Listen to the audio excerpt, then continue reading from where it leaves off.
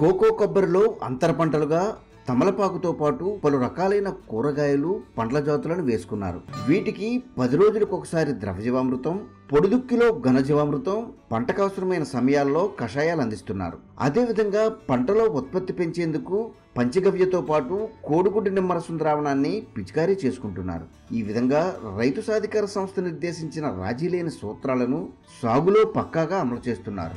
ఈ పంటల నుంచి లభ్యమైన ఉత్పత్తులను ముందుగా ఇంటి అవసరాలకు వినియోగిస్తున్నారు. అదనంగా వచ్చిన వాటిని గ్రామస్తులకు విక్రయిస్తున్నారు. ఈ విధంగా ప్రతి ఏటా 1 ఎకరం నుంచి 1,00,000 వరకు రాబడి సాధిస్తున్నారు. గత 5 సంవత్సరాల నుంచి ప్రకృతి వ్యవసాయం చేస్తున్నామండి.